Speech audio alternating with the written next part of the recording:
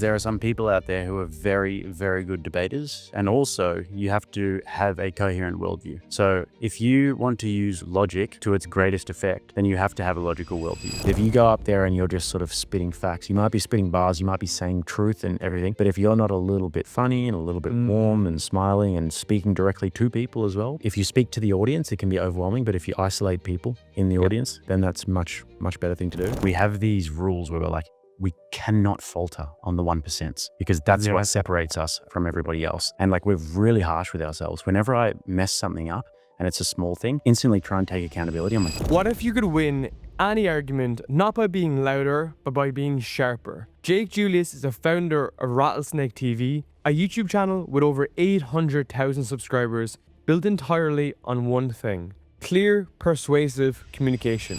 In this episode, we unpack Jake's exact framework for persuasion, how to speak with clarity, dismantle weak ideas, and influence anyone through logic, not emotion. This one's not about debating for sport, it's about mastering communication to win in business, life, and leadership. Where I want to start is, how can you win any argument with logic and persuasion? well, I mean, any argument is a difficult one because there are some people out there who are very, very good debaters, and also you have to have a coherent worldview. So if you want to use logic to its greatest effect, then you have to have a logical worldview. And this is why we see a lot of people who are in this sort of like trans movement, for example. It's an illogical worldview, so they actually can't win these arguments as much as they try. Like the other week I debated a few guys, and the debate prompt was, is misgendering people hate speech?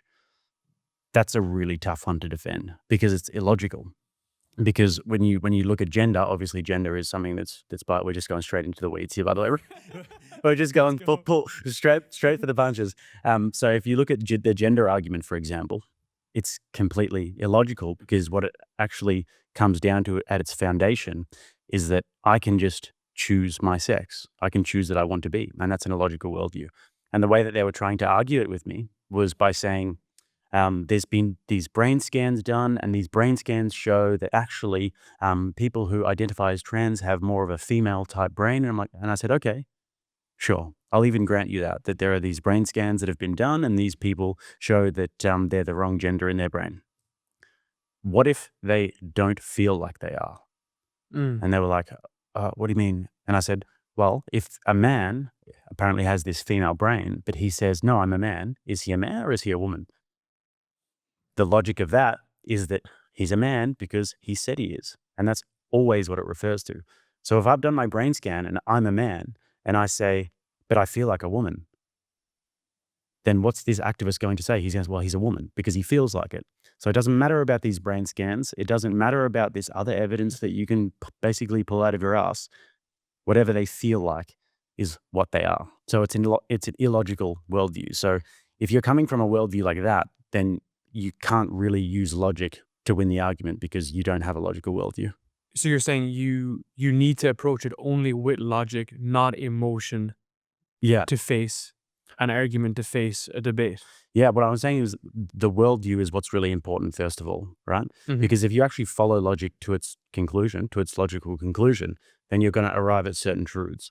And it depends on if you resist those truths because of your ideological persuasion or if you go with those truths. Like, for example, these people, you can tell them until the cows come home about biology and about logic and about all of these things that we can observe that are just objectively true. But they will refuse to actually engage with those truths because they have a certain ideological leaning that doesn't allow them to do that. So their worldview is foundationally illogical. So they actually can't use logic is working against them in that debate. How do you get someone to see the logical order as a result? Because is there an argument that your view is also skewed? Right, like I say, everyone's view is inherently biased. Yes. Yep. Everyone's view is definitely inherently biased. So this is when debate becomes very interesting, right?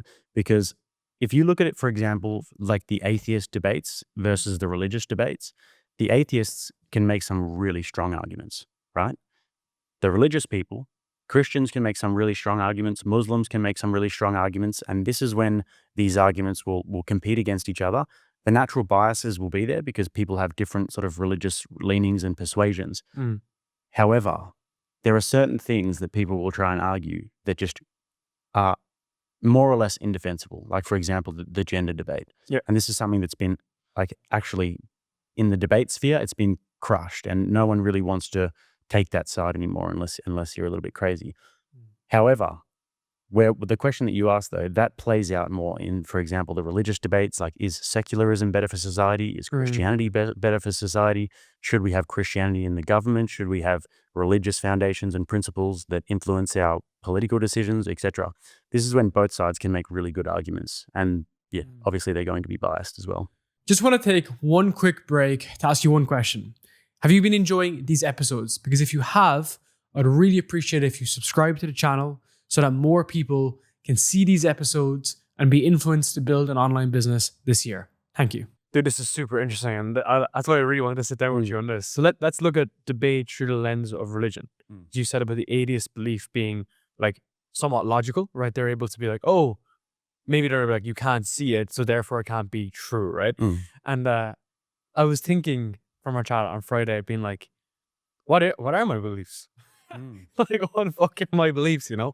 So I grew up in a Christian country, but I wouldn't say that like my family are Christian. They are Christian. They would say that they are, but they don't practice it, right? So they just practice it.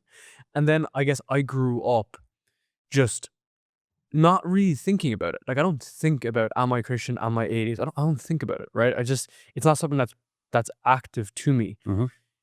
And therefore, as a result, to struggle to say I am atheist, because I'm also not atheist in terms of I'm not like, I don't have a stamp in the ground to say religion isn't real. Yeah. But then I also just don't have the time. I don't give the time to be like, oh, I've read the Bible, I've read X, I've read Y.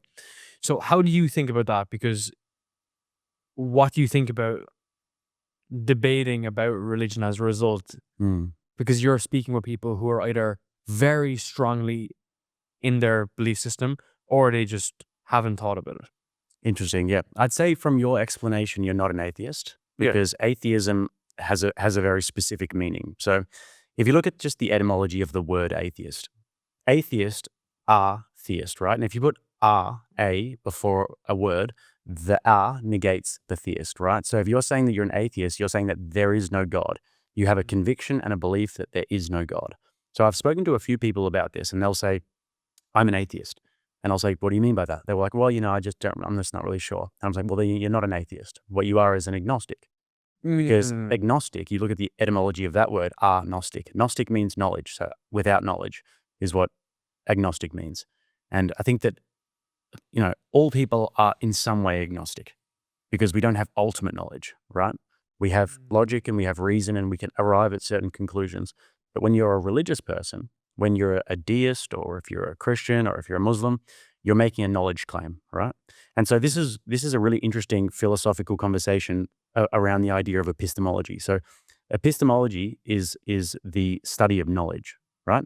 How do we know what we know? What do we know? And then like, how can we know it to be true? So you've got like Socrates back in the day, who you've heard of like the Socratic method, right? So this is where this all comes from, is the ancient Greeks who asked these questions. He would just go around and he'd ask people, what do you think about this? They'd say what they think. How do you know that? Why?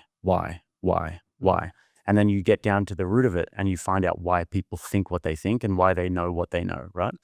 So I'd say it's interesting when you look at it from the different perspectives about how people arrive at their own knowledge claims. So I'd say that you're probably more in the agnostic camp because you just feel as though you're without knowledge to make a truth claim, to make an epistemological claim, right? So I would say that I'm a Christian. Oh, I definitely am a Christian, but I've arrived at that through like the philosophical process of going down that epistemological path and trying to understand, if I say I know something, how do I know that? And so I used to be a big atheist, right? And would you say you did the research to become an atheist? No, I was a fool. I was a moron was what I was, right? If I spoke to my younger self, because I used to be one of those really cocky atheists who would make fun of religious people, like, oh, you believe in a sky daddy. You believe in some bearded man in the sky. But I was a moron because I had no idea what I was talking about. I had no logical justification for my worldview, right? So then the thing that happened in 2019, 2020 that we don't really like to speak about on YouTube too much. So we lose that. Yeah, Get copyright. you may remember that thing that happened, yeah, with the cough or whatever.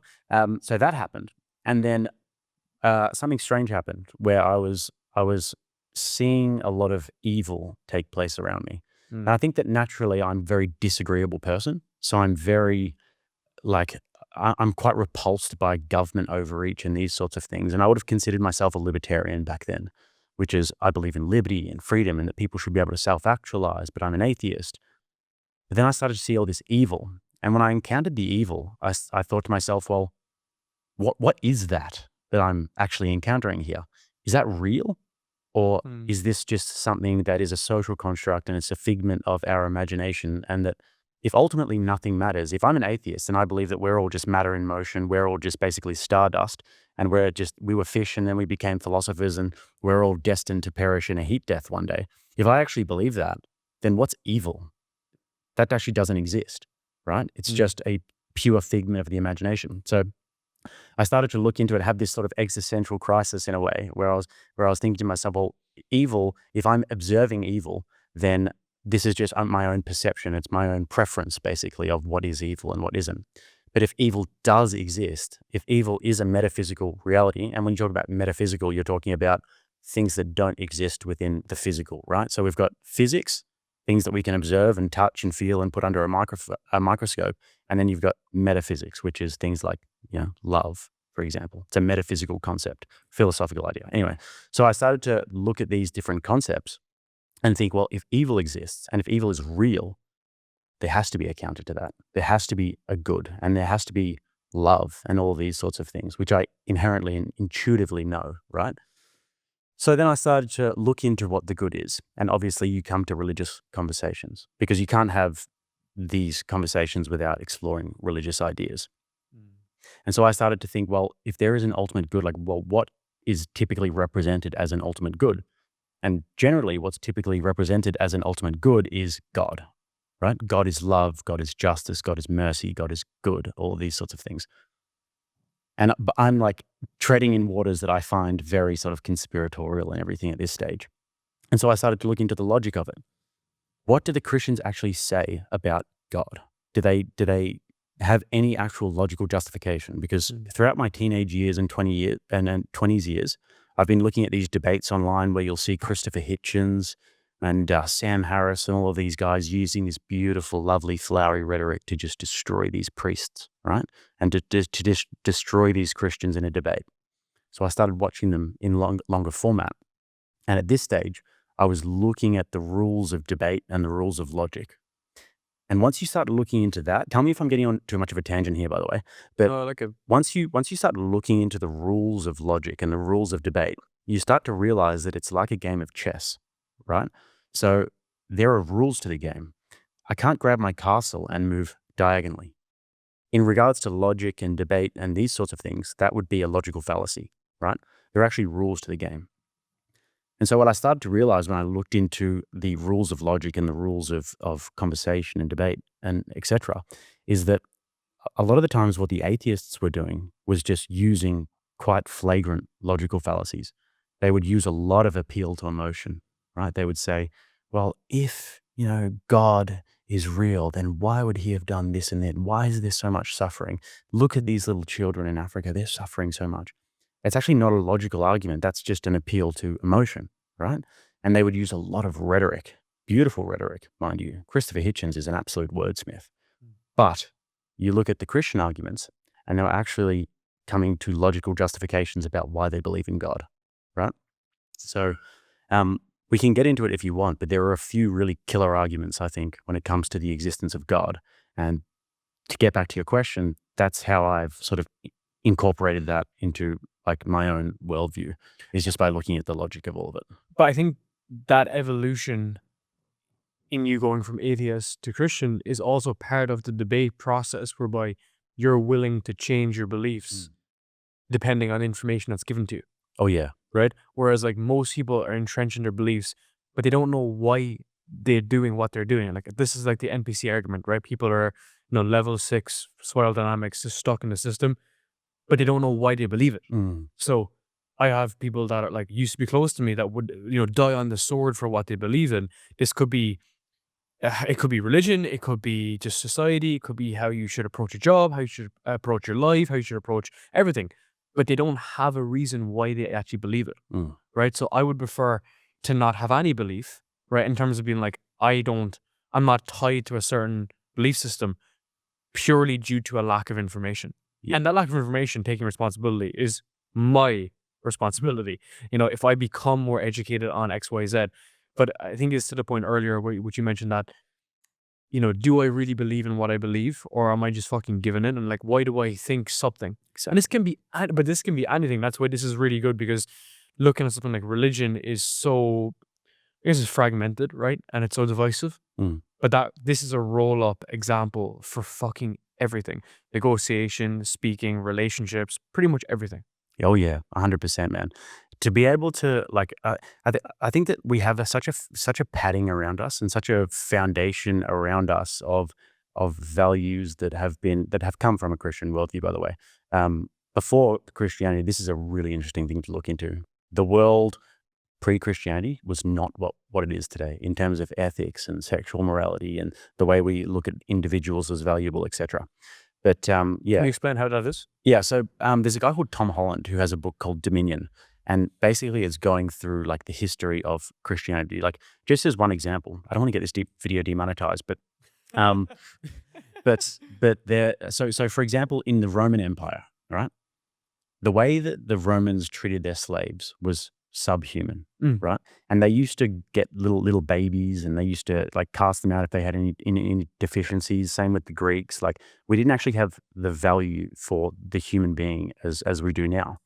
And then we also didn't really have the idea of like a monogamous marriage. We didn't have the idea that men had to have sexual temperance, which is another big one as well. So Christianity brought that around, and guys like St. Paul in the Bible, for example, they're responsible for the idea of male sexual temperance, which is wild, because back in the Roman Empire and before that, Romans could treat their slaves however they wanted. And they had the same word for urination and for ejaculation. And like, they basically just treated their slaves as just like orifices for them to, get off on. And then this all changed when Christian morality and Christian ethics came around. So it's a really interesting look into the history of it. But nowadays we have that around us, but we actually don't really know the foundation of that. We think that that's just the way to go. And it's super interesting when you look at all of these sort of like left-wing causes around the world. They're just throwbacks to Christian ideas. And just to expand on that, I say this to everyone, which is, if you look at, like, let's say, as basic as the 10 Commandments are in terms of just high-level overarching themes, whether you believe in the Bible or Christianity or not, is this just not how you should live your life? Yeah. Just in general. Yeah. Right? Yeah. So, like, that's my kind of argument with the whole thing, which is, I can look at that as someone who's not, like, a devoted Christian and just say, I want to strive to hit all of those things on a daily basis. Yeah. I want to take care of my wife. I want to take care of, like, my family. I want to push, like, our name forward. I want to be respectful to others. I want to help other people. Is that not like the theme of those, right? Yeah. And then if you were to look at maybe like a different religion, maybe there's a different angle or slant on it, but I would say that maybe those values are also what you should also be doing every day. So I know that's a very basic view on this, but maybe the basic view can be right. Well, the basic view is like, sometimes you don't have to intellectualize these things so much. Sometimes we can look at it from the basic view and just start from the first principles, which is exactly what you just did. You just look at it from that's an intelligent thing to do. You look at it from first principles. Like, what do we believe? Why do we believe that we should be good to people, etc.? Well, I believe that because I'll have a thriving life, the people around me will be happy, etc. However, you look through history, and history has been basically a series of warring tribes fighting for resources. That's what history is, and it still is that, of course, today, right? But these days we have like I'm not making an argument for like the UN or for any of these sorts of things, but these days we generally have, rules of war and we have rules of engagement, etc. The treaties. Yeah, exactly. So we have some sort of like civility about it. But history has, if you look at the Babylonians and the Assyrians and the Ottoman Empire and all these things, it's just warring tribes, the Mongols, for example, just ruthless killers. The Aztecs and the Mayans, as much as people think that they're sort of like, hippies who just sort of sit around and drink ayahuasca, they're actually pretty freaking brutal, dude. Like Aztecs were cutting out people's hearts and sacrificing them to sun gods, etc. But this is a really key difference. And like whether you're a Christian or not, I think it's just interesting to look into the history of this, because before Christianity, there were the religions around the world were basically all terrified of like demons, right? So they were all doing these things to constantly appease these sun gods and these demonic sort of entities. Aztecs, for example, sacrificing virgins, sacrificing children, etc. Like the Nordic and the pagans, etc. Lots of like very demonic stuff.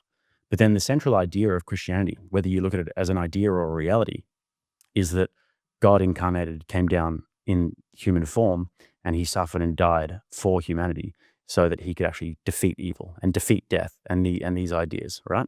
So it's just a different theology. But for what I was saying before about like the left-wing causes, for example, you look at the Me Too movement, right? What the Me Too movement is, and it's kind of ironic, is the Me Too movement is a call for male sexual temperance. That's something that didn't exist pre-Christianity, right? Men basically were able to take slaves if they were wealthy enough, and there was no taboo whatsoever on them doing whatever they wanted to those slaves, to those female slaves, right? Christianity came around and it said, no, men have to control their sexual temperances. It's unacceptable for you to treat women as sexual objects, right? And you have to treat women with love and respect and dignity. That was radical. That was a radical idea in the Roman Empire. You could tell men what they could do with their slaves, right? So how was that introduced into the Roman Empire? So the Apostle Paul, he wrote about this in his different letters, and the ideas of what it should mean for how men should go about their relationships. And then slowly after the death of Jesus, the apostles went around sort of like what would be now like Palestine and the Middle East and around through parts of Europe and Greece, etc., Turkey. And they spread this message slowly, and they were all put to their deaths for this. They were all eventually executed in brutal ways for this. And then the Christians were seen as these like really rebel tribes. And then like the Roman Emperor Nero persecuted the Christians. He used to put them in the Colosseum and have lions kill them, and they were severely persecuted. But then it slowly built up to then when Constantine, the emperor of Rome, became Christian, and Christianity actually took over the Roman Empire. So, but yeah, the Me Too thing, it's really interesting because it's a call for male sexual ethics, right? It's kind of a Christian idea. And That's so interesting. But they mock it. It's really interesting. It's this paradox that's happening where they will actually mock like the ideas of Christianity and conservatism and conservative sexual ethics. They will protest by going and getting their tits out in the street and, like doing all these things. And they've got like The Handmaid's Tale, The Handmaid's Tale. It's this book and this sort of series where it's basically like speaking about Puritanism, like where these women are covered and they're just used as sort of like reproductive machines, and the men are all whatever. So they've got all these different ways of mocking conservatism and mocking like Christian and traditional values. But what they're doing is a callback to reinculcate Christian values of sexual temperance amongst men. So it's interesting just the way that those dynamics work. That's super interesting. How do you, so when you're debating, when you're speaking to someone, when you're communicating with anyone,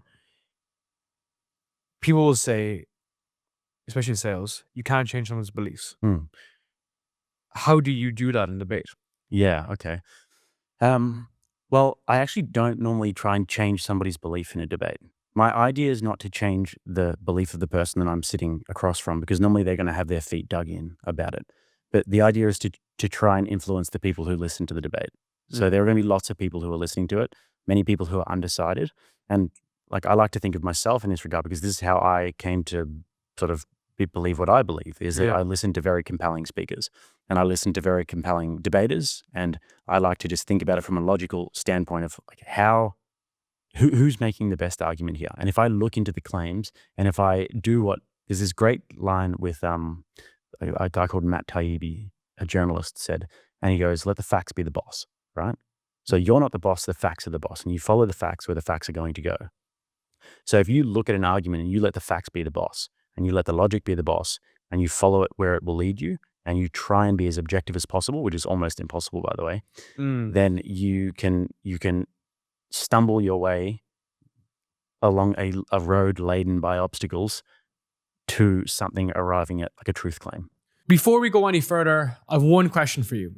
Do you want to generate more leads for your business? Well, I've put together an entire system how anyone can use a podcast to generate more leads for their business. And the best part is you don't even need a podcast to get started. I've created an entire guide and framework for you to be able to get more guests, more clients, more customers, more people in your pipeline and generate more revenue. This exact system is available right in the description down below, and you'll be able to leverage a podcast to generate more leads for your business and be able to increase your exposure, increase your authority, and increase your influence in your industry. So check that out right down below. Okay, let's look at that. So if you were following the stats, and it's funny because Elisa's father worked in medical device sales, through as in sales, through his 20s and 30s, and he would tell me stories about how pharmaceutical companies would basically run these studies that were self-funded by them, that were total bullshit, that would prove like sugar's healthy, smoking's healthy, all this kind of stuff. It's like getting the students to mark their own work. Exactly, right? And again, they're only funding stuff which they know they'll have a positive return on, right? So, and that's why he, like, whenever we speak, we always speak openly about this. He would just say like he doesn't believe like supplements as a result, because like whoever's providing us, he'll go back through the root of it. And now obviously things can change, right? But for the most part, the things that were introduced in like the 80s and 90s and early 2000s, he was one selling them. And he was like straight up, like, a lot of it's bullshit.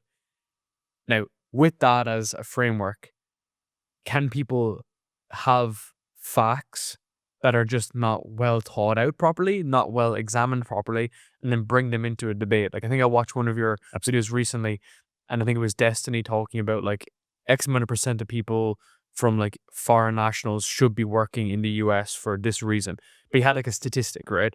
What I'm trying to say is like, can these statistics be muddled in just bullshit? Yeah, contrived is the word you're looking for. Contrived statistics, which means that they're intentionally, they're taken and then they're intentionally flipped and scripted in a way to try and make somebody's point. But it doesn't necessarily mean that's the reality of it. It means that they've developed that narrative themselves. Yeah, and I think this can work either. It can work in a non-malicious way too. I'll give you some example. In our marketing, we say that over 86% of people that are warm traffic turn into customers. Therefore, you should develop a content system that gets people warm prospects for you. That's one. It's also true, but then we're doing it in a way so that people start working with us. So I didn't say about the other percentage, right? So we use a positive data point for our benefit. Now, that could be right or wrong ethically or morally, but everyone does it. So I'm trying to say, like, how do we draw the line here? Because if you just follow the numbers, that number's correct, but it's used in a way to benefit us financially. It depends on how you use the number, right? Okay. So for example, if you're arguing, say, for immigration, which is a very common debate in the United States, something that people will do is they'll bring a stat to the debate, which might throw off the other person, or they'll say immigrants are way less likely to commit crimes than natural-born Americans. And so the audience is thinking, oh, shit, like immigrants are way less likely to commit crimes, and maybe we should have more of them because, natural-born Americans commit more crime. Maybe we should have less of them. But the way that statistic has been contrived is that they're not looking at it per capita. They're just looking at it in general. So obviously there's 330 million Americans, and then there's maybe like 10, 20 million immigrants or something like that, or like 10 million illegal immigrants. Because there's so many more Americans, obviously they're going to commit more crimes than the 10 million. But if you look at it per capita, then it's way, like the illegal immigrants is way, way higher.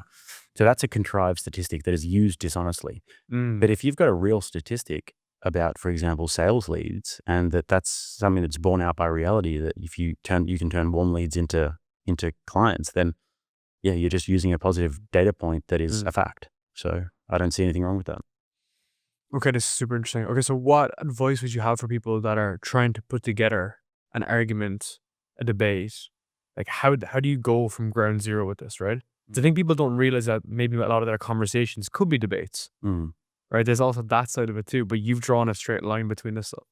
Yeah, I would say the best thing that people can do is like try and understand that there is truth in the world, right? That like I said before, we are going to stumble our way to that. And then maybe by the time I'm 80 years old, I might be wise enough to be able to actually observe some sort of objective truth in the world and have like a really solid worldview. I know that my worldview at the moment would be completely flawed. And if I debated someone who was really proficient in another way, then I could have my mind changed, right? But at the moment, I think that I have observed a lot of first principles that are true. But a lot of time people get caught up in this really bad trap of thinking my truth, your truth. Well, that's my truth and that's their truth. And there is no truth. It's just sort of like everyone goes about life in their own different way, and there's no right or wrong way to go about it. That's just factually incorrect. Like there are right and wrong ways to go about life. And I think that we can all observe this, right? So I really don't want to get this podcast demonetized, but I'm going to try and explain this in the least most graphic way possible, but it's a really strong argument, right? So there's a tribe in Papua New Guinea, right? And we'll call them the seamen warriors, right?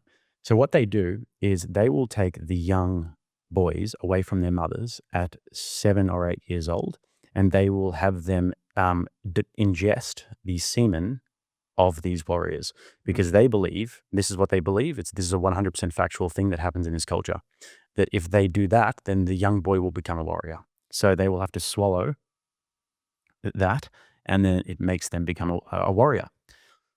So I think that we can all look at that and we can think, that's wrong. You don't want little kids having to do that. There is no scientific basis for that being a reality, and that's extremely damaging. But the problem is that this is a deeply embedded culture. So the little kids believe this as well. They believe that this is how they become a good warrior, right? The problem, if you have this moral relative, because that's what it is, moral relativism, is that everything is just relative and morals aren't objectively true and everyone can just live life in their different way. If you take that moral relativist standpoint, then you actually don't have a justification for why what they're doing is wrong, right? I think we can all kind of ensure that that is just wrong. You can't have a society structured like that because it's extremely damaging. So I think you can sort of work from the ground up and you can realize, all right, there are really super wrong ways to go about it. For example, sexualizing kids and having these sorts of practices with children. That's wrong. We shouldn't ever do that, right? So then you can build up and you can say, well, what would right look like then? Well, right would look like the proper nurturing of children into adulthood. Right would look like them having parents who love them. Right would look like them having good socialization, good social skills. Their right would look like them having, friends, and then eventually becoming an adult human being that's well socialized and that can have positive relationships with men and women. Not men and women, but depending on what sex they are, but they can have positive relationships with their husbands and wives one day. That they will be good parents themselves, and then they will extrapolate the good into the world, right? I think that we can all kind of agree that those things are really necessary.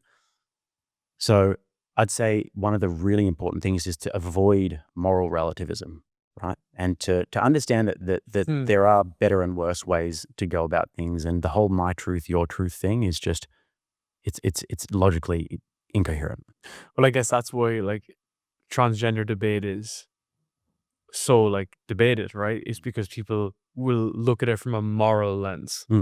Would you agree with that, or would you say that? Yeah, it's definitely a moral argument. Is that the reason? One of the reasons why? Because it's it's not about logic. Well, that's not about logic. They're not looking at it through logic, but they're saying morally, you can do what you want, versus no, you shouldn't do that for that reason or whatever. Is that a fair assumption? Absolutely, totally right. It's definitely a moral argument, right? Because oftentimes the arguments coming from those people will be that you will make them feel sad. And these people are really much more likely to self-harm and to self-delete and all of these sorts of things. So if you don't affirm what they're saying, then you've got blood on your hands. That's an emotional argument. That's an appeal to emotion. That's a logical fallacy, right? So when you look at the chessboard, the logic chessboard that I was saying before, Yeah. that is grabbing your castle and moving diagonal. You cannot do that. That's an appeal to emotion. There has to be a logical justification. It's also an assumption though. Yeah, it is. It is also an assumption. That's exactly Because like if you just said, oh, I don't think that's a good idea for, let's say, the people that they influence, let's say like the kids that come through as a result 5 or 10 years time, you might be just looking at it through that lens. And then if someone is saying, well, now you have blood on your hands, X, Y, Z, that's like a downstream assumption bias from something that you may not be thinking at all, which is why I think this is actually interesting in general to observe, because it's kind of like when someone says, I'm an atheist, someone will say, well, therefore, you must believe this, and this is true to believe that. If you believe this, then all of these series of sub effects is true. Yeah. Which I guess isn't true of the world though, right? Yeah. Well, I mean, with this whole like gender debate, you're completely right that it's an assumption, and you're right to assume that, because actually the stats don't actually bear that out. When you look at the rates of self-harm, people who actually do that transition surgery are much, much more likely to self-harm afterwards, right? Okay. So the logic of that would point to that these people need something else, right? These people don't need to have their it's tormenting them and it's troubling, and you want the best for these people, but maybe that's not the way. Maybe the way isn't to just affirm. Maybe they need some other help. There's also very strong correlations between childhood abuse and that sort of thing. There's also very strong correlation between autism and young kids who want to transition, right?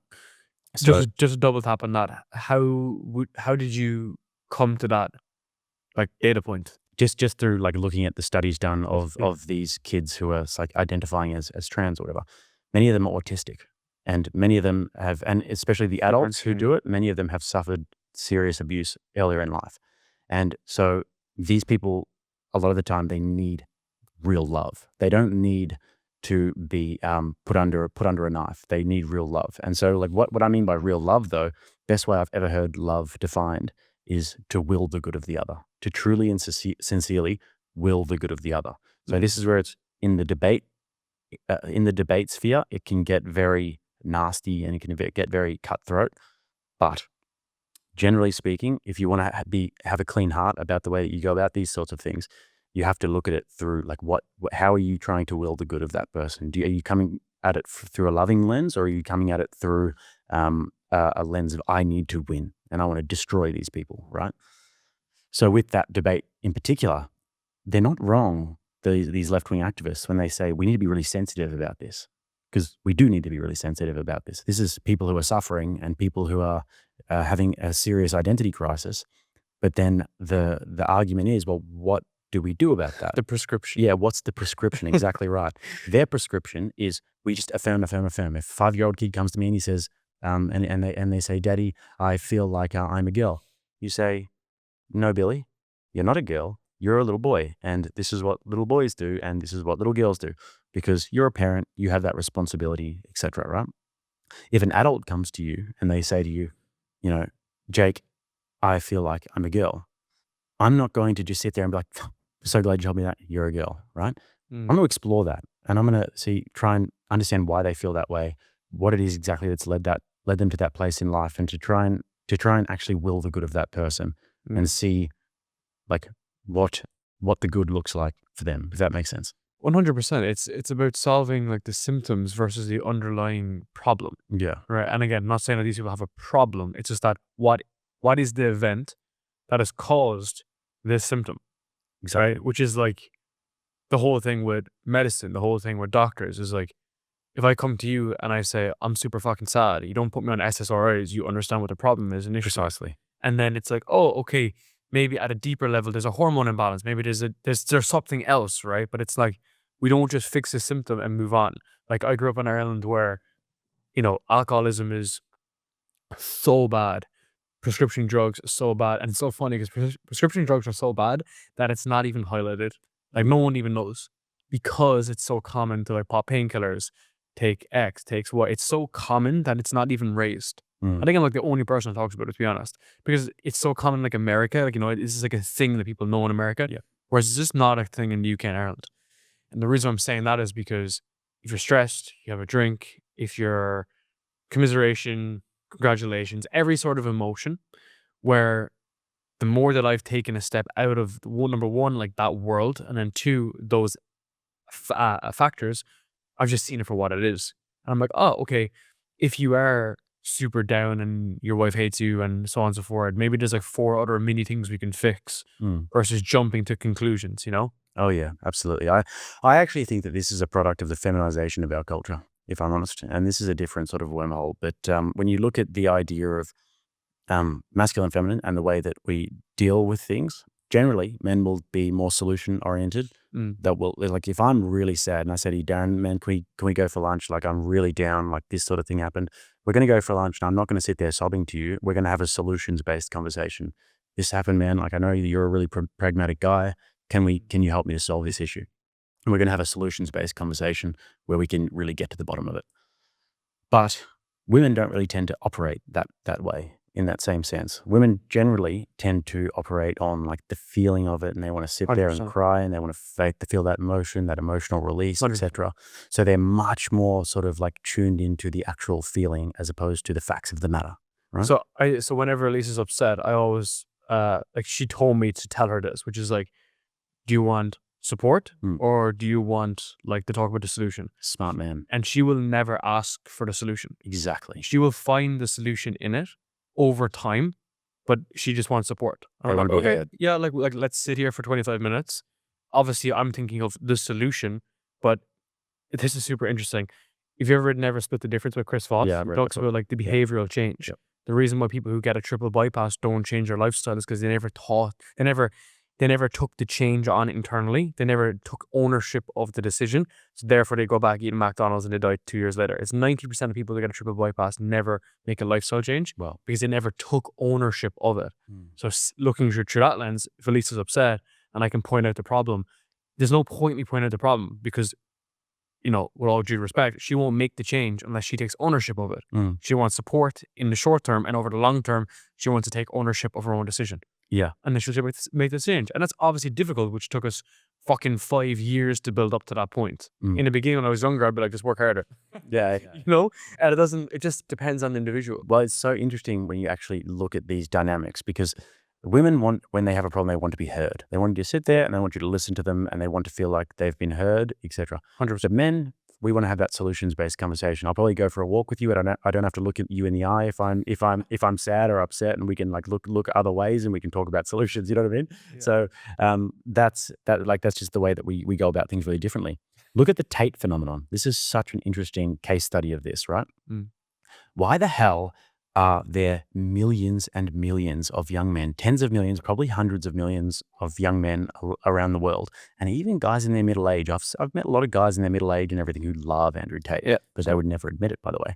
But why the hell are men so attracted to this message of get your fat ass out of bed, get into the gym, work harder, you are a piece of shit, you will be nothing, your legacy is going to die, like your ancestors were fighting saber-toothed tigers, and now you're here saying how you don't want to go for a run because you're feeling a bit sad.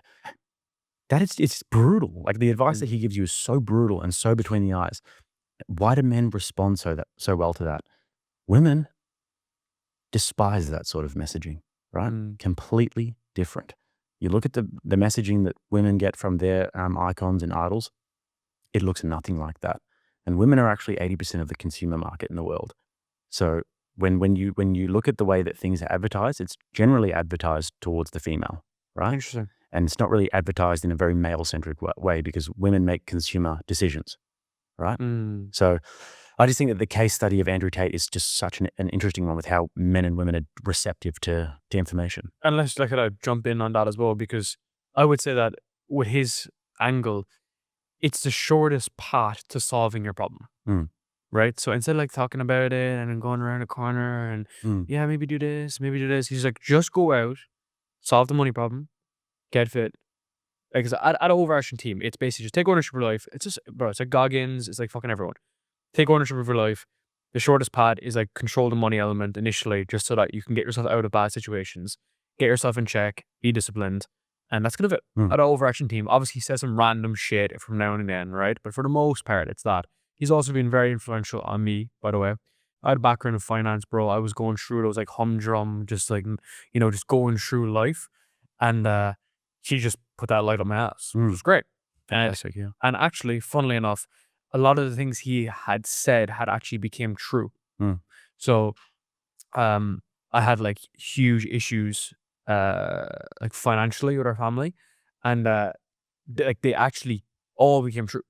And it was only me in the position that I was in that I was able to make decisions for everyone based on a financial situation I was in. Yeah. How about that? At another point, it was very interesting.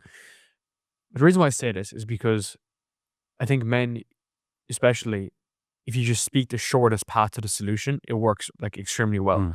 And I actually find this very true even in business. I'll give you an example. I think I said this the other day. And I said this to one of my friends as well, who's a fucking killer. A lot of times in their messaging, people talk around the corner. Let me give you an example. If I tell you you should start a podcast because you could build authority and you could become an influential figure, it has this sub benefit of you'll be able to take care of your primal needs of money and security. Whereas, which we do right now, if I tell you you should make content to make more money, you'll respond better. And obviously there's a bigger claim, there's a bigger promise, whatever, but providing you can deliver, you'll actually get more results effectively. So I've said this to someone yesterday who's a huge name, bear in mind, making a lot of money, but probably should be making a lot more. And I just said, look, instead of talking about the problem, just fucking go direct. Make it a four-word sentence. And I guarantee you it will transform everything. And in some regard, I have some women too who actually respect that more and then also have kind of more bought into it as well. I don't know, get your thoughts on that. Yeah, 100%. I think that the leadership style is also very important as well because the directness, like if you saw the way that, like you'd be well aware of this, but the way that me and Vinny communicate with each other, for example, like a lot of women would look at that and be like gobsmacked by that. Probably taken back, very a little bit intimidated. Exactly. And I've had women like, you speak to your brother like that? And I'm like, yeah, like he speaks to me like that too, But also what I've found, I've learned a lot off Vinny, a lot of this actually, is that also leadership by example and leadership of like doing the thing and then having that reflect in your own character so that other people see that, right? You got to do it for yourself, right? For anybody else. Exactly right. So I'm very like boom, boom, boom, say what needs to be done, straight between the eyes, cutthroat. Whereas Vinny has a very different style about him where he will do the thing and then he will say, oh man, this is working so well for me. Like I was getting fat last year, for example. And Vinny started like a bulk and he was like, started eating really well and started taking care of himself. He's like, oh man, this is like, going so well for me and I'm doing all this. And I know his communication style. So I knew what he was doing and that he was, without saying to me, Jake, you're getting fat, you need to go to the gym. He was saying, man, look what I'm doing, boom, boom, boom. And then I found that to be a really interesting thing as well, because it's not really something that I'd incorporated, which is that more longer strategy of doing the thing, embodying it, and then reflecting that on other It's people. not metaphysical though, right? Yeah. Because it's not the surface level directness. Exactly. It's funny because with us and our clients specifically, you'll find this very interesting. So similar to you, I'm like very direct, right? Which is probably been to the detriment of me for some people that want a more of an emotional response. And some guys want an emotional response too, which was kind of a bit alarming to me, not gonna lie. So in our media company, I pulled myself out of client success for the most part because I found that I wasn't the best communicator of problems. So if I'm speaking to a client, and I had an instance yesterday, which was like, we need to do X, Y, Z for this to be successful, and it wasn't done. And we asked to take ownership and they didn't want us to do it. And then it was still not done on their side. And I woke up this morning and I was like, what the fuck is going on? So I said it direct, being like, look, here's the cause and effect. Again, the problem solution. Here's a problem. Here's a solution. Here's my recommendations. And then I had to speak to Tom, our client success manager. And I was like, hey, dude, you got to come in and do this on more of an emotional level because it's the Vinny scenario, right? That's the way he would communicate. It's not my best way to communicate. I'm learning that skill, but it's like until I have that skill ironed out, I can just have someone be better than me at that problem. Yeah, dude, you and I are very similar like that. And you've got to realize your shortcomings like that, Dude, this costs us money. Yeah. That's the thing. It's because like I find with someone who's more masculine like myself in terms of like confrontational or disagreeable, that's probably a good way to put it, that even if they agree, they haven't taken ownership of the decision. So their natural response will be to disagree. Even though they know that's the right thing to do. It's fucked up, bro. So if I'm like, because I'll give an example. We do something for their podcast. We recommend something, they don't do it, and as a result, they don't get the result. So we told you what to do, you didn't do it, and you didn't get the result. And now when I say, hey, this is the way we should be doing it, instead of them saying, okay, yeah, sure, let's go, they disagree and they fight back. So that's why you need someone who's much more emotive to be able to come in and get that done. The majority of my guests run content businesses. They've used content as the main element of their business to drive more revenue and build their influence online. We've been doing this through a podcast for many years. We have many guests, clients, and even customers use a podcast as their main source of driving more revenue for their business and building their influence online. And we're offering a handful of spots to book in a call with our team to learn how you, yes you, can leverage a podcast to generate more revenue for your business and drive your influence online. Many of our clients and customers start from nothing, but each one of them are action takers and they want to learn more about how to build a podcast and a brand right around their business. So if you want to learn more and you're really interested in building a podcast, check out the link down below and book in a free call with our customer success manager, and he will guide you into how you can build and generate more revenue from your podcast this year. Somebody who reads people really well, and somebody who's actually able to sort of be like water when it comes to this. They can just float around and sort of be malleable in the way that different, because like I love it when people, yeah, exactly. I love it when people are like me, when they say to me, Jake, yes, no, or yeah, Jake, boom, boom. And I respond really well. I feed off that. But my biggest challenge is then trying to observe the way that people operate and what makes them tick, and trying to like be like water and be malleable around that and get the best results out of people and get the best outcomes out of people purely based on the way that they operate. Because not everybody likes feedback between the eyes. Do you know what I mean? That's such a good point, dude. And I think the reason why is because a lot of guys can say the same things. I want X, I want to lose body fat, I want to lose weight, I want to make more money. But then their execution of it is different. And then when you have like the blueprint, or when you have the process, or when you can show someone a logical debate, it goes back to the ownership of it. For some fucking reason, they won't do it, you know? I can imagine this with podcasts as well. I've got a rule now, right? Where, because obviously I've started a very successful podcast or a very successful like online media company or YouTube channel. I've had a lot of people that have come to me and said, dude, I want to start this YouTube channel. I want to start a podcast, etc. And I'm like, first of all, if it was that easy, everyone would be doing it. I don't say that, but I'm like, I've got a rule now where I will say to them, that's cool, man. I will give you a little bit of advice. You start it. And once you've done 10 episodes, come back to me and then I'll help you and I'll invest in you. Or like, I'll give you my proper time. Because too many times I've had people come to me and say, man, I've got this idea. I want to start a podcast. And I'm like, all right, sweet.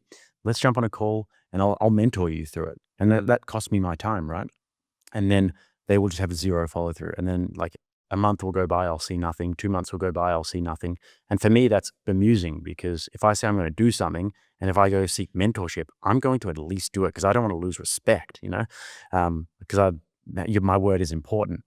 But so many times I had this happen. Then I had one friend, I'll give him a shout out. His name's Darcy, and he cooks steaks, and he's called the Steak Lad on Instagram. And I know this guy. He's a savage. We used to do all this training together, and he used to do boxing. And he's one of those guys who's obsessive. So I saw that personality trait and I was like, he's going to go far with this. So I invested in him a little bit. I gave him some advice and everything. And then I sort of tapered off a little bit. He goes ahead. He's done way more episodes than me on my podcast now, killing it, getting invited on other podcasts. But I'm telling you, I am fucking brutal with this guy, with my advice to him. Like, I feel bad for sharing this story, but he won't mind. He had an OnlyFans girl on the podcast, right? And the stories that he was telling, that she was telling there, were not exactly the story that you, as somebody who likes, you know, a little bit of Aussie banter and eating steak, they're not exactly the stories that you want to be hearing about. It's how some OnlyFans girl is like loving herself or whatever. And so I messaged him and I was like, him a bunch of her recent photos from like her Twitter and everything. I was like, what's the logic of having this chick on the podcast? So sure. And because he was getting ratioed in his comments, and I was like, that's really bad. What does that mean? So he was getting people commenting on the clips that he was putting out of her saying, what the fuck has this got to do, of people just saying, what the fuck has this got to do with steak? Or what the fuck has this got to do with, you know, like whatever. Or like, oh, just what I wanted to see on my feed. An OnlyFans girl, like whatever. And they were getting heaps of likes. He would respond to it and get no likes. That's when you're getting ratioed by the like to ratio, right? So I messaged him and I was like, mate, you're getting ratioed on your post here. I was like, what's the logic behind having this chick? And he was like, oh man, like I met her the other day and I thought that she had an interesting story. And I was like, fair enough, but be so careful with your personal brand. Be careful who you align yourself with. Be careful the stories that you're telling because that reflects on you. I took one click on her profile. I went to her Twitter and I had her photos of her with like jizz on her fucking feet and face and everything. And I was sending him these photos. I was like, now this is aligned with your brand. Such a good He was point. really fucking careful, but I was just so brutal with him and he took it like an absolute champion. Yeah. So My observation of that is what I do find is like if you teach someone and they're receptive, you almost like liberate them because it's they've taken ownership and then they see you as the vessel that's taught them the skills and they are like extremely grateful. Whereas what I've found, especially in the agency side of things, is that when we do things for people, and especially if they get success, they don't appreciate it because they haven't felt the pain of posting to zero. And then if you do it and it doesn't succeed, they also like look down on it because they think, well, it should be easy, right? Do you get me? Yeah. So they don't understand like all the microcosm skills of like trailers. I said to Vinny earlier, I was like, bro, the trailer's looking fucking good. And I know that they're holding retention for 90 seconds because the trailers are so good. They don't like appreciate it because you haven't given them the skill, right? I think that's why coaching is actually a very interesting space because you can get insane results for people and then push the right person hard, right? Because like, that's why I said to you, we've had one program for so long and then we have another program because the guys are getting so much results and the guys that are in the second program, we're just mates, right? And bro, these people still pay me, but we're still mates because of the fact that, you know, I've met up with them and been like, hey, like, let's do this. Like, let's fucking work a bit harder on this. Let's get this right. And then they feel a good affinity to me because it's no bullshit. Yeah. So again, it's like the layers of human knowledge, human awareness. Yeah. It's a very good point though, man. Dude, me and Vinny have literally grinded so hard the last 3 years to get this down. And we have these rules where we're like, we cannot falter on the 1% because that's what separates us from everybody else. And like, we're really harsh with ourselves. Whenever I like mess something up and it's a small thing, I instantly try and take accountability. I'm like, I fucked that up. I'm really sorry, man. Like I shouldn't have been so lazy. I shouldn't have been so careless. I shouldn't have been this, that, and the other. And he does the same thing. If he ever even if it's something really small, like I'll be like, for example, like, Vinny, you forgot to put this thing in the bio. Yeah. And it's like, we have a struggle session about it. We're like, why was that thing not in the bio? I said it to my CEO as well last week. There was an issue with like, this is so fucking dumb, but it's always a dumb issues. It was like the guy put out a clip and then he put out another clip and he thought it was the same clip. So he put the same caption. It was on shorts and his short up was like two same captions, but they're two different clips. And I was just like, bro, like this is the difference. Yeah. You know, this is the thing, right? Is that we could be getting amazing results for this guy for a year and a half. But if he sees this, he's like, we're dummies. Yes. Right? Looks unprofessional. It looks unprofessional. Bad. And the same individual was actually reviewing one of my own videos because I'm also a client of him. And there was like a spelling mistake in my video. Now, I didn't give a fuck about the spelling mistake. I don't give a shit. I couldn't give a shit about it. But he noticed it. And he's a client of ours. He said it to us. And it went through 2 editors and a QA guy. And we still had a spelling mistake in it. I don't care. But because he cares, we have to care. Bro, and it wasn't even his content. It was my content. Yeah. So it's interesting, right? I care a lot about that shit. If there's a spelling mistake, of course. Like, because if you think about it, dude, if you put out a clip, say it gets 10,000 views and there's a spelling mistake, that's 10,000 people who have the potential to look at you as a lesser now because they're like, oh, well, you can't even spell the word. Like, you know, you guys are meant to be a channel that talks about intellectual things in politics and philosophy and you can't spell a word, right? Like, and that always reflects on you. Even if I have nothing to do with the making of the clip or whatever, that reflects on me. 100%. And it reflects on our brand. So like, this is why we just take so much care about the 1%, about all of the little things, because that is what makes the difference. Anybody can have a podcast and can have a YouTube channel, etc. But if I don't have Vinny there fine tuning our studio, fine tuning all of the settings, all of the editing, all of these sorts of things to make it the highest production quality possible. And if I'm not there writing really quality scripts and doing all of this research, if I lessen that, then we become just another random commentary channel. So let's go through that, right? So you're 800,000 subscribers, 880 or something now, 820. basically putting out like daily videos. How do you never skip a beat with YouTube, keep the pacing and everything? Because probably in theory, one of the fastest growing YouTube channels on YouTube, if you think about it, 2 years to nearly 1 million subscribers. I'd say, yeah, it'd be up there in the last few years. If you're in the top 500 fastest growing channels in the I've world. got no idea about the stats, but Probably. if I was, that would be cool. Yeah. But Probably run a chat GPT, yeah. hopped on it genuinely, because Yeah. like 2 years to get to that point and the level of views that you get and everything, right? So let's go through the workflow, right? Yeah. Daily uploads, which is already a fucking headache. So this guy's under a lot of pressure for editing. A lot. News coming in of politics and debates. What's the workflow? So generally what will happen is that I will try and be on top of the news as much as possible and everything that's going on. I'll be on Twitter, constantly looking at what stories are breaking, what people are interested in, etc. And then I'll be on YouTube just looking through debates, because if there's not a debate to cover, then I have to do a political story, like a story that's happening, and just go through the story and try and add as much value as possible. Because if it's just me there talking and giving my like 2 cents worth, that will not really go so well. But if I've got stats and figures and then referring to another expert, playing a clip from another expert, more stats, more figures, different angle, another expert, boom, boom, boom, super dynamic video, then that makes for valuable political commentary. And then with the debates, I can cover it wherever debates are relevant, or even if they're not so relevant, I can cover them in the way that I can break down body language and I can break down persuasion, and I can teach people how they can incorporate these sort of techniques into their own lives and into their own conversations, etc. So I've got to look at it from a really broad range of skills. So I spend a lot of my time doing basically nothing, right? Watching videos, right? All in the metaphysical, right? This is all happening in the abstract, whereas Vinny is very practical. So he'll be there. He's just learned, he has this special ability to be able to learn things and master them really quickly. Like this almost genius ability to do that. Recently, he had to learn Photoshop because we couldn't rely on thumbnail people anymore. I was like, Vinny, you're going to have to get in the trenches and learn how to do this. Well, he offered, I didn't say that, but he said that he's going to learn how to do it. 2 days later, we've got like beautiful thumbnails happening, right? So that's his skill, practical, pragmatic, learns Photoshop, learns these things, masters editing, masters the clips, and has a guy working under him doing that, managing everything, all the practical stuff, all the stuff that actually happens in reality, he does.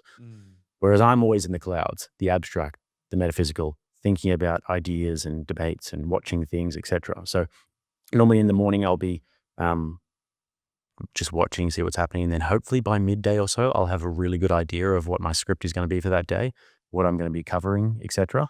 And then I'll write a pretty detailed script. And then by like 3 p.m., I like to have filmed and have done the script.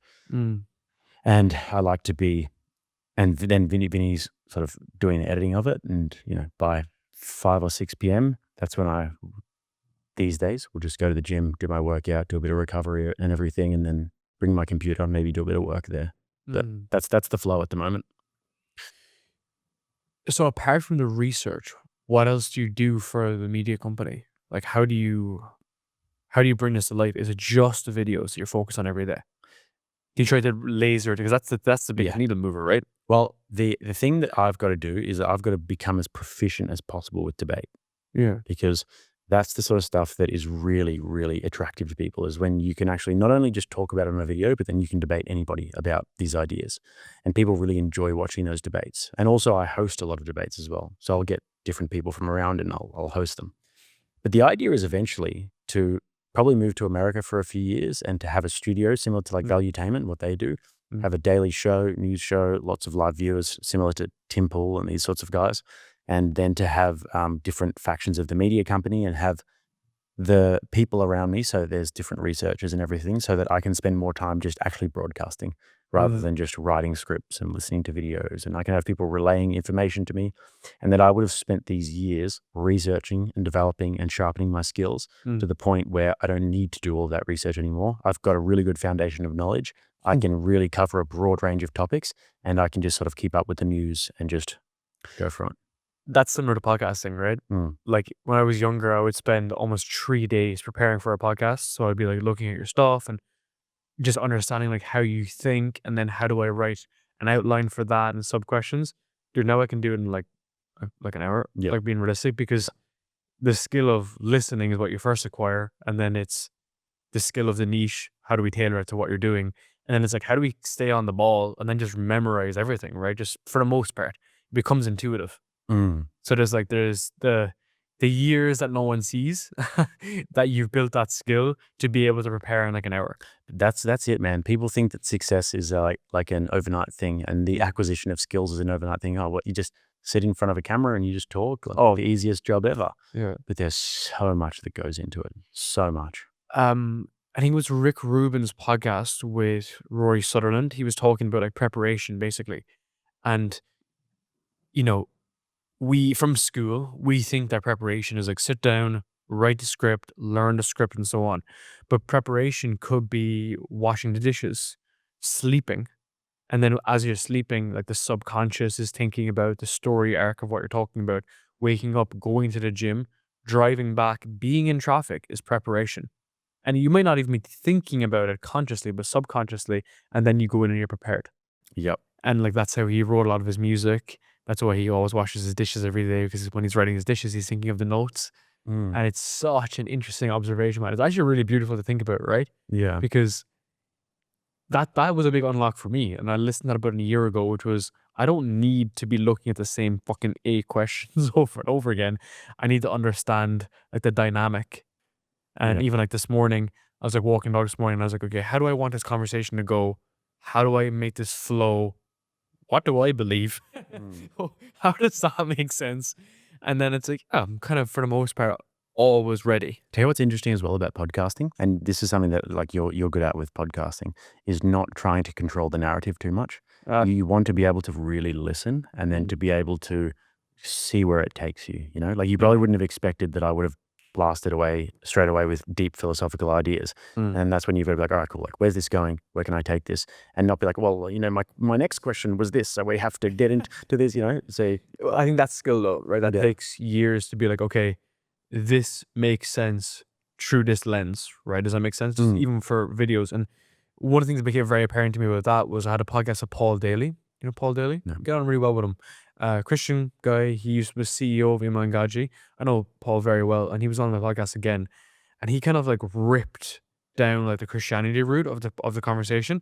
And then about an hour and a half of conversation, he was like, do you want me to stop talking about this? And I was like, I want you to talk about things that you really value. And the fact that you value this, even though I didn't think about it, not gonna lie, before the conversation, means that we'll have a very good conversation, right? I think I said to Vinny yesterday, was like, what's the thing that you are itching to talk about, but no one ever asks you, right? Because I do so many podcasts, dude, even myself. So going as a Brilliant guest, question. right? It's a brilliant And question. it's like, what lights you up that you value a lot? Have you noticed that when you podcast with people, you can see that moment where that like little flick switches, that little switch flicks in a way, where you can see that it's gone from sort of like a, you know, podcast conversation to almost like you forget the cameras are on. They're like, okay, like this person's in their zone.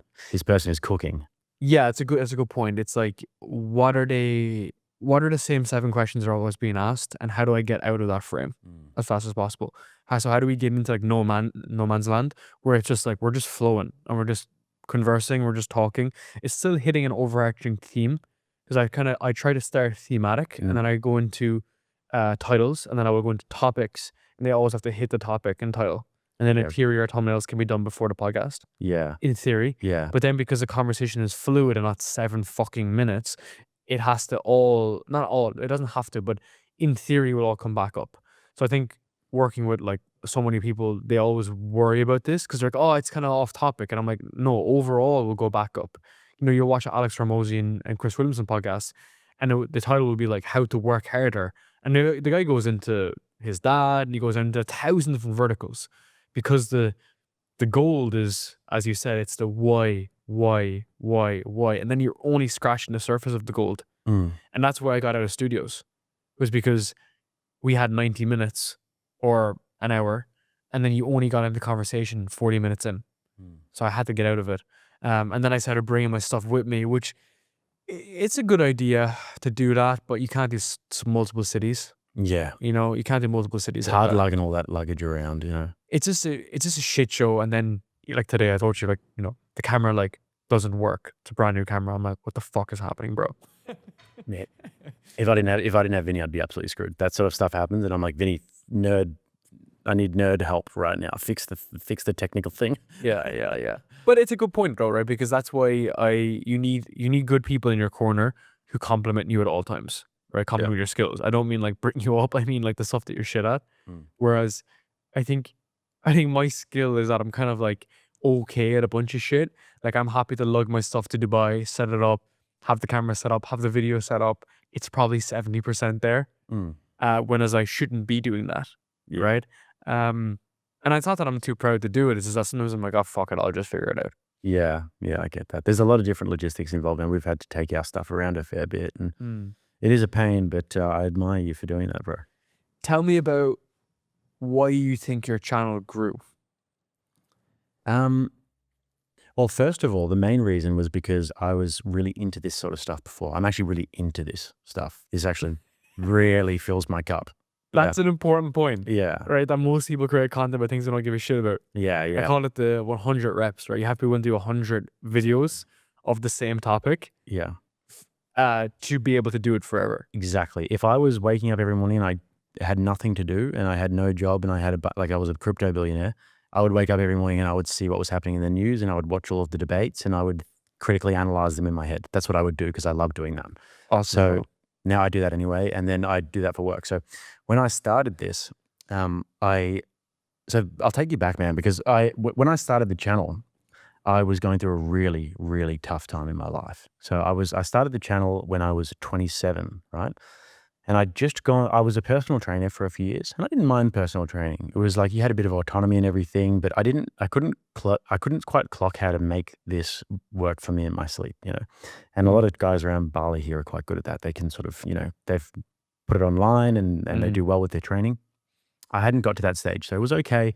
It gave me some autonomy. I didn't have to answer to a boss, but there wasn't very good money in it at that stage. And so eventually I left that because I got an opportunity to work corporate, to go and do recruitment. And by this stage, I'd been doing podcasting for 5 years. I'd had the Fight Fit podcast, which was like all about kickboxing and boxing, etc. I'd done about 60 episodes of that, I think. I loved that, but I never took it anywhere because we had a GoPro that was set up down here looking at our crotch. And it was just a terrible, terrible setup. But that was a really enjoyable podcast and I really liked that. And then I started another podcast called Hello Game Day, which is about Australian football. And I had better setup this time. I had a studio and we had some editors and we had me and my friend, and the editors were doing it for free because like they were young university students, and I managed to wrangle this all together. I had a friend who had an office who let us use one of the little tiny rooms in the office for a studio space, and we set everything up, and we used to interview AFL football players, and we were like, oh wow, you know, AFL football players, this is great. And me and Vinny were looking back on this the other day, actually, and we were laughing our heads off about the terrible production quality, about the terrible sound quality, about the terrible thumbnails and all these sorts of things, because I was just so green to it all. So I did that for a while, and then eventually that sort of petered out. And then I started something called Counterculture News, because I started to get more involved in politics during the Rona, right? So I started Counterculture News, and then I was doing all this stuff on Instagram, working really hard, and I was doing a few sort of like videos about it here and there. I was going to protests. Vinny would come with me to these protests, and we would go and interview climate change activists and debate them and everything. And that was okay, but never went anywhere. And then I got picked up from there with this guy, Andy, who did this thing called the Global Freedom Rally at that time, where he was interviewing Zuby amongst other people back during that time about all the restrictions and mandates and everything, and basically rallying people together to fight back against this. And he saw my Counterculture News channel and he got me on board, and we started this joint venture where we'd do these interviews. That was the biggest thing I'd ever done. I was like, wow, you know, I'm here interviewing all these doctors and scientists and these people. But that also petered out because those guys had their own things going on. So then, you know, by this stage I was pretty demoralized because like I'd felt like I'd slowly progressed, but I was like, maybe I'm just not really so good at this. So then I went into personal training and just focused on that for a little while. And then the corporate job came about. And this is when I knew I was really demoralized because I really wanted to do podcasting and media and journalism of some sort. But I felt like I just couldn't ever really get it off the ground, right? So I went into the corporate world and I did it for 6 months and I hated every second of it. I despised it, right? So then eventually I had a little bit of a tiff with my boss one day, and then I quit the job. I'm 27 years old, and I'm like, Mum, I'm unemployed. I haven't lived at home since I was 15, by the way. And I was like, I'm unemployed. Can I come back and live with you for a while and see what I do next, I guess? And she was like, yeah, cool. My mum's great. She just was like, yep, come home, do what you need to do. So by this stage, I'm like, holy shit, like I'm 27 years old. I am everything I feared that I would be. I'm a total loser living in my mum's spare room with no job and no direction whatsoever. No idea what I wanted to do. So I was 27 and it was just devastating. And I was like lashing out. Like I was like emotional and angry and like lashing out at the people around me who love me because I just felt like such a loser.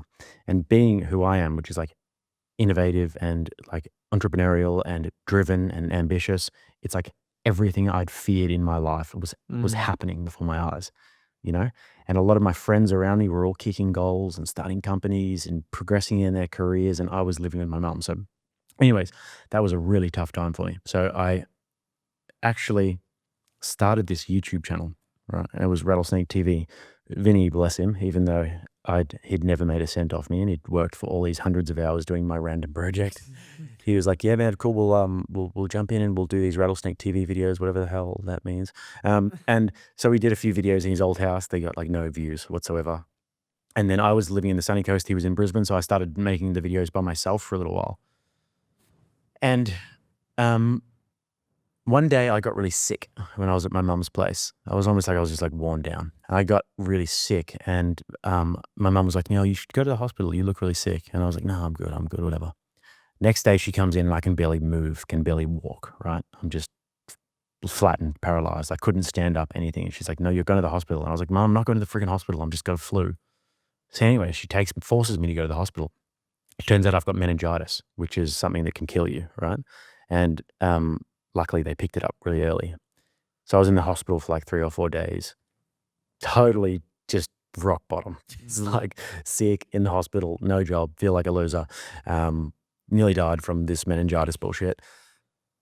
But months before, I'd organized for me and my brothers to go to Jordan Peterson. He was coming to Brisbane to come and do a speech. So we went along. I'm in the car with my older brother and I'm saying to him, dude, I'm confiding in him. Oh man, things are so bad at the moment. I'm just want to have some direction. And he turns around to me and he goes, mate, I bet Jordan Peterson's going to say something to you tonight that changes your life forever. And I was like, oh yeah, whatever, mate. So anyways, we get there, we're all dressed up. We sit down for this Jordan Peterson show. And every time he does a different show, he isolates a different rule from one of his books and he speaks about it, right? So he gets out, brief preamble, and then he goes, the rule he's going to speak about is think about who you could be and aim single-mindedly at that. And just boom, for the next few hours, he just spoke directly to my soul about thinking about who you could be and aiming single-mindedly at that. So I left that with a new invigorated sort of ambition to do YouTube because I've got this thing, this little Rattlesnake TV channel. It's got about 60 subscribers at the moment. If I really push hard, then maybe in a year I could have like 2,000 subscribers and I could be monetized. I could be making a little bit of money off this. So I started pushing. Anyways, a week later, I made this Russell Brand video, right? And it was like Russell Brand with these MSNBC anchors and he just took them to school. And I broke it down about how he was using body language and using persuasive techniques and everything. Anyways, I went to bed. I woke up in the morning. I looked at the video and it had 6,000 views. And I almost lost my mind. Like I ran into my mum's room like an excited kid and I was like, Mum, 6,000 views. 6,000 people watched my video. Can you believe it? And by this stage, I had 90 subscribers. I was like, 30 people subscribed to my channel. I've got 90 subscribers. Like I was over the moon, right? But then something happened over the next few days. It literally went like to the moon, this video. And within a week, it had 1.4 million subscribers. 1.4 million views, right? And I got up to 10,000 subscribers and I monetized my channel. And from then on, there has not been a single step back. It's just been going into it full on. But the great thing about it, you asked before about what was different about my channel. is that I have this massive repository of knowledge about debates and about interactions that have been had in the past, because I'm really obsessed with this stuff. So all these people were doing these reaction videos, etc., but like they didn't know that Candace Owens spoke at this this summit 3 years ago where she debated against T.I., right? Mm. And then she took T.I. to school on stage. Nobody had reacted to that. So I took that, I got all the best moments from it, and I made a video about that. So that repository was really good. But then the problem with that is that eventually that repository dried up. And then I had to do constantly new stuff. There's no old videos I can go back into. I've got to be doing breaking news. But you have, so that's a fucking amazing story, by the way. And it's so sick because like I often say, you just need one person to believe in you for your entire life to change. Like you just need one person, bro. And I try to be that person for a lot of younger people. Like when they contact me and they're 15 and they're 16 and they've watched my videos for 2 or 3 years, I like send them a voice note. I'm like, here's what you do next. Because you just need that one person. Because I've been in those fucking moments, dude. Yeah. But specifically on your 5th channel, I always say this, which is those 4 channels that were like, you know, nothing to you, they built so much skill and ability to look at like that Rattlesnake TV positioning.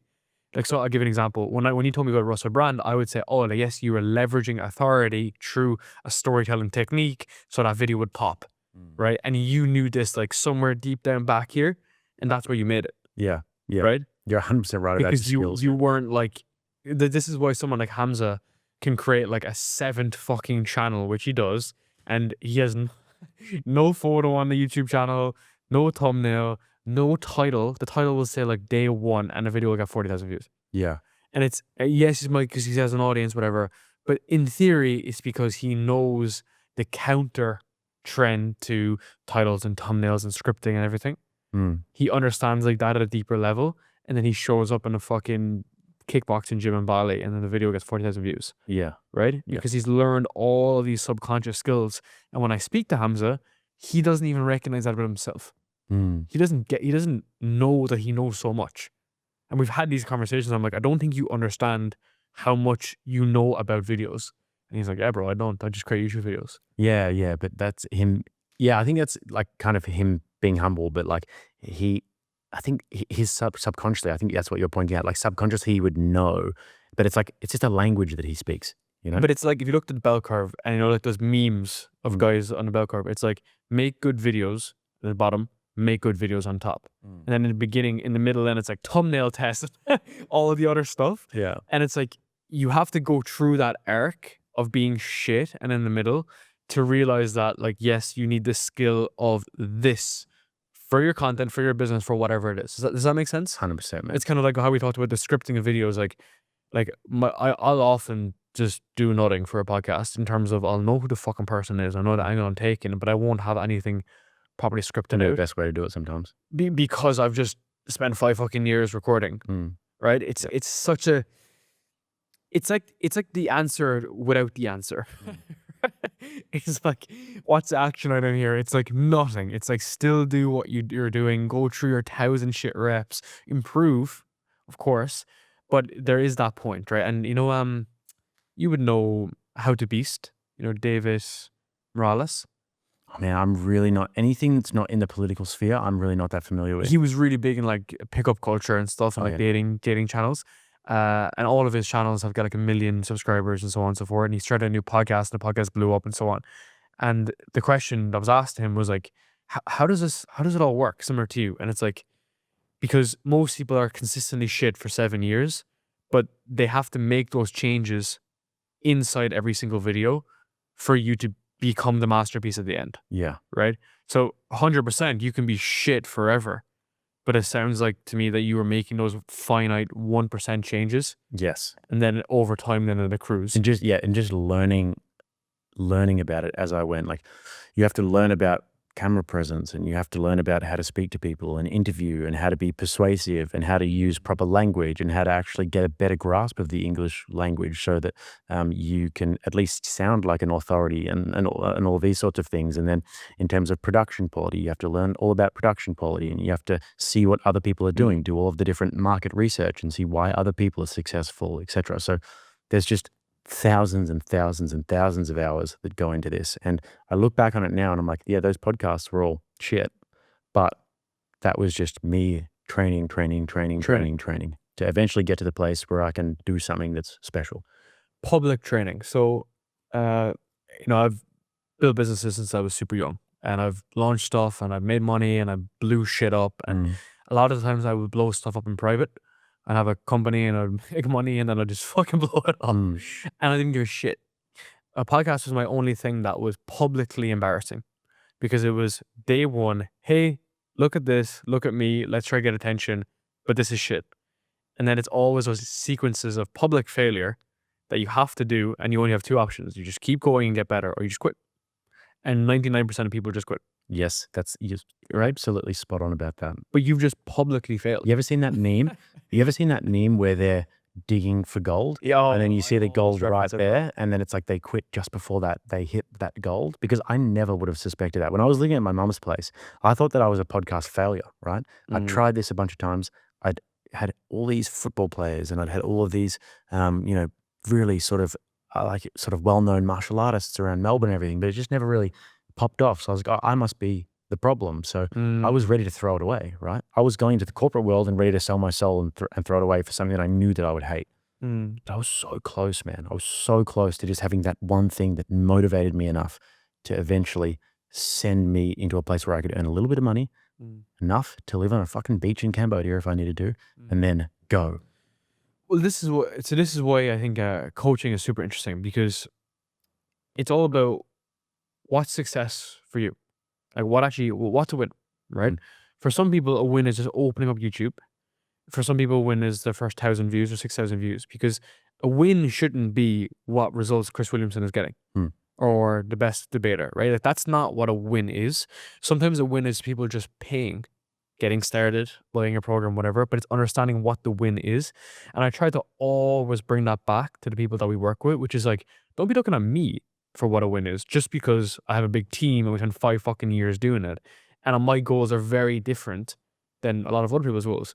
If your win is getting a client or getting a customer or getting 1,000 views, like, stop and acknowledge it. And we try to do that a lot, because a lot of guys that we'll work with, slightly off topic, so my goal with the stuff that we have is mainly on their offer. Now I'm basically out of everything else. I'm out of the podcast production, I'm out of the content advisory stuff, I'm out of the production advisory stuff too. I'm out of all of it, because it's not where I'm best positioned. If I'm going to show up, I have to help you with your offer. So as a result of that, people kind of feel a little bit inferior, because they're like, oh, like, we just got like 3 clients this month. And I'm like, bro, most people will never, ever, ever, ever get that. So you have to slow down and realize that that's a monumental win for you, and also in the context of the entire market, because most guys will never get to that point. Yeah. And I think I've really tried to focus in on that with people, which is just like, let's look at what success looks like, And it's an interesting observation. What I wanted to say to you as well was, have you ever considered public speaking coaching? Public speaking coaching? Yeah. Like someone to look at your public speaking? No, this is why I need to speak to you more, because you've got all the ideas, and I'm floating in the abyss constantly. No, not even me, bro. Let me take a step back. So, this is such a good conversation. So everyone saw that Chris Williamson like transformed basically overnight. He was getting public speaking coaching back in 2021, 2022, and I was like, gay, you don't need that. And then obviously his like results were like vroom as a result. Now, was it because of that? It's one of the billion variables. But what I noticed was, back to David Morales, which is you can be consistently shit for 7 years. I wasn't really getting better at speaking, and not necessarily speaking. I mean persuasively speaking, and about like how to like change someone's beliefs and win someone's to your way of thinking. I just wasn't doing it. So one of my good friends, Michael Campion, he's a very big public speaking coach for executives and like Fortune 100 companies. And this guy, like English, very like proper, I guess, the term, very well put together. He's lived in Hong Kong for many years, and I knew he was doing this. And I spoke to him, and I was like, bro, like I know that there's a problem here, but I can't see it. It's the scariest part, right? The problem that you can't see. Get on a call with him, and I'm like, dude, like, what are we gonna do? What do I need and what do I need? What do I need and what can we do? And he just looked at me and he goes, you're not very warm. He was like, I can't see why people naturally like you. I was like, what do you mean? And he was like, you are extremely high in competency, So when you speak on stage, you have a high competency radar. So they'd say out of 10, I know my stuff out of 10. But you're very low on warmth. But people need to warm to you to buy from you. He was like, it's not about like people buy from people who trust, people buy from people they like. It's just like this like human nature thing. And he broke it all down for me. And he was like, if you smile more, if you involve the crowd more, if you use more rhetoricals, if you lighten their resistance with laughter and smiling and that, It'll bring their walls down. It brings their walls down. And he was like, that was the first conversation Baron went. And I was like, what else? And then we went through this huge process for the past like 3-4 months. And he's like, yeah, there's this, and there's the way you speak about that, and there's the way you roll your tongue on X, Y, Z. And it was all baked in on like, how do we actually get people to listen to what we want to listen to? At the very least, just listen to what we want to do. And super, super interesting. Since then, I do a lot of speaking from stage. And that's that logic is called, what's it called? There's a term for it where you sell from stage. We actually do it. And I would say in 2025, most people don't do it anymore, but I'm able to go to an event, see 7 or 8 speakers, realize that most of them are fucking shit because people don't inherently learn how to speak. It's a very tough skill to learn. I can get on stage, talk specifically to you amongst 500 other people, make myself feel like I'm connected with 500 people. And then these people literally buy from me immediately. It's happened. It's literally happened. And I've said to him, I was like, bro, like, what the fuck has happened? He's like, yeah, well done. You're finally actually speaking to people. People actually like you. That's so interesting. So again, it's the metaphysical layer of the world that's happening. And I've said this to other people who were like high-level entrepreneurs and stuff. And they were like, where is this guy? This guy is super impressive, dude. And he's actually coming to our mastermind as well next month. He's going to be in Bali for it. But it's because he was doing it for so many years. He's a professional football player and everything. And he was just very into that world, just like you're into your world. And very interesting observation. Yeah, that's so interesting. Yeah, I mean, it's a very, very good skill to have. I see some of the best public speakers, guys like Konstantin Kisin, for example, a very good public speaker. Every time he does speeches at ARC, I was at the ARC conference, Jordan Peterson's conference a few months ago. And this guy was just really, Douglas Murray as well. Yeah. Compelling speaker, but they always are funny as well and relatable, right? Because if you go up there and you're just sort of spitting facts, you might be spitting bars, you might be saying truth and everything, but if you're not a little bit funny and a little bit warm and smiling and speaking directly to people as well, because if you speak to the audience, it can be overwhelming, but if you isolate people in the audience, then that's much, much better thing to do. If you think back at it, right? Look at the best speakers and look at people who've moved nations historically. They all spoke. Because there was no fucking tweeting, right? They all spoke. And they were able to move empires. And then you have politicians who shouldn't have been elected or were elected, but they were good speakers. You look at someone like Barack Obama, right? Fuck knows what he did. Clinton as well, right? Great but speaker. They just spoke immediately well because it's like such a primal thing to connect with someone. And at the very least, if you look at it through that lens, okay? And then if you look at it through the lens of like people that are trying to, again, you know, Douglas Murray and so on and so forth. I look at like Alex Ramosi in the business space. He'll do one of two things. In a video, he'll do this. He'll say, here's how to grow your business from someone who sold a company for 42 million and has a portfolio company that makes 250 million a year. That's like social proofing, okay? But then the other thing he'll do on stage is he'll start a conversation being like, here's how to grow your sales team. And then he'll stop and be like, who here has struggled to close a sale before? And no one will move their hands because they're all super scared. And you'll be like, oh, it's just me who's shit at sales then. And then everyone laughs. So it's self-deprecating and also bringing people down. Yeah. Bringing yourself down to down and then them loosening their like juices effectively. And that's it. Like there's like literally nothing else involved apart from that. And that immediately gets people to be like, I like this guy. Yeah. And I listen to him. Yeah, I do. I implement that all the time, self-deprecating humor on my channel all the time, which is really because, you know, if you're speaking about these sorts of things, you don't want to feel like you're speaking down to people. Yeah. People hate being spoken down to. But I'll always call myself like, I'll be like, oh, I'm so stupid. I'm like this and that. Not because I think I'm stupid, but because self-deprecating humor can be like, oh, this guy doesn't take himself too seriously. And we're having a conversation, two human beings trying to sort out ideas and trying to sort of bounce off each other. Because that's kind of what happens when you have a parasocial relationship with somebody, which means that you have a relationship with somebody that's not in person, but it's online basically. when you have that parasocial relationship with somebody, you still want to feel the authenticity, right? You still want to feel as though that person is relatable. And if you met them in person, you'd be able to have a beer with them and you kind of get more of a personable vibe from them. Yep. And this is why I was saying to you before when we were having a coffee is that like the travel vloggers who say they have this really fake persona all the time. It's like, hey, welcome back to my travel channel. I'm like, I can never get down with that because I'm like, you don't speak like that. Just be yourself. I'm sure there's nothing wrong with what yourself is, you know? It's insecurity though. Yeah. They're not like, they haven't done the internal work or they haven't gone through that arc, right? But I think it's for, you know, looking at you in particular, it's looking, you either consciously or unconsciously are doing these things. So you say like, here are my Christian beliefs from someone that was an atheist. It's like, hey dude, like I was in that position. I thought the world was going to like burn alive. Here's what I've learned. That's the most important part. And I would do that as well in terms of like, here's what we do from someone who used to record into the void for fucking 2 years straight. Here's what I know what it feels like to look at a Stripe account for multiple years and it has no money. Right. So, and I think that's why it's also really important to not try to put yourself above people. Right. And I know people use that as like a marketing strategy too, which is like, it's like the mystical God. It's like, I'm up here, therefore listen to me. It's kind of like on the pedestal vibe.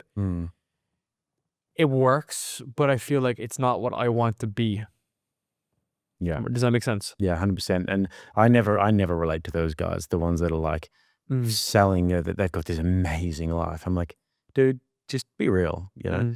I get it. You've had some success and everything, but you're also a human being, and we also have the same sort of like we probably have a lot of the same sort of issues and insecurities and hope. Biology. Yeah, hope of heaven, fears of hell, all of these sorts of things going on. The same existential dramas.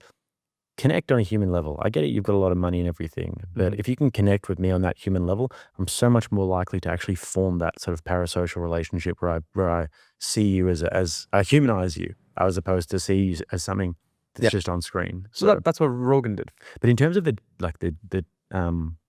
what we were saying before, there's a really good saying. I think it was G.K. Chesterton or one of these guys. It's a Christian saying, and it goes, "There, but for the grace of God, go I." So every time you look at somebody and they're maybe, you know, not achieving as much or whatever, it's like, there but for the grace of God go I. So like, that was me, you know, that could be me, that was me, that essentially is me, besides a few different graces that I've had in my life. So I do like to look at pretty much everybody in that sort of same vein, you know.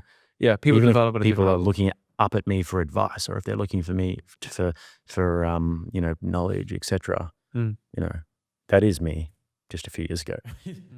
So, do you have any final advice for people that are trying to grow their YouTube channel? Never do the money dance. So me and Vinny, we have this this saying that we never do the money dance, which is basically when good things happen to you and when you achieve certain feats. For example, when you get to 100,000 subscribers and you've had a few videos that have gone really well and you get a lot of positive recognition, pretty much just take that with a grain of salt. All of the positive recognition that you get, all of this adulation and everything, it can just go in the click of our fingers, and they're on to the next guy. So never ever think that you're at the top of the hill and start doing the money dance and thinking that everything that you touch is now going to turn to gold, because you're good at something.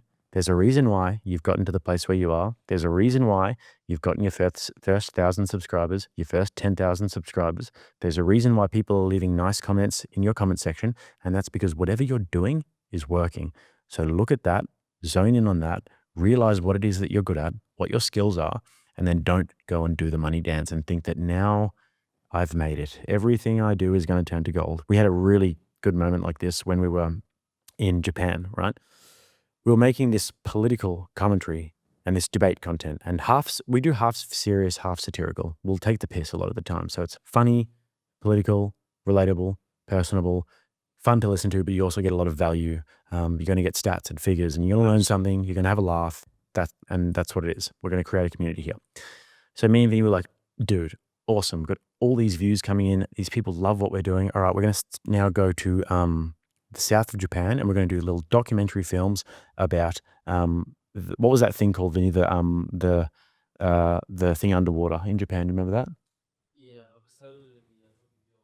Oh, that's right. That was a little bit more relatable. We were talking to girls on the street in different countries, being like, what do you find attractive in a man? A little bit more relatable. But then we were like, we're going to do a documentary series now about these underwater structures in Japan. We're going to go scuba diving and we're going to go and look at these underwater structures, these megaliths in Japan, and do this travel video. It's going to cost us thousands of dollars. We're going to do that. And then maybe we'll go to the pyramids or something after that.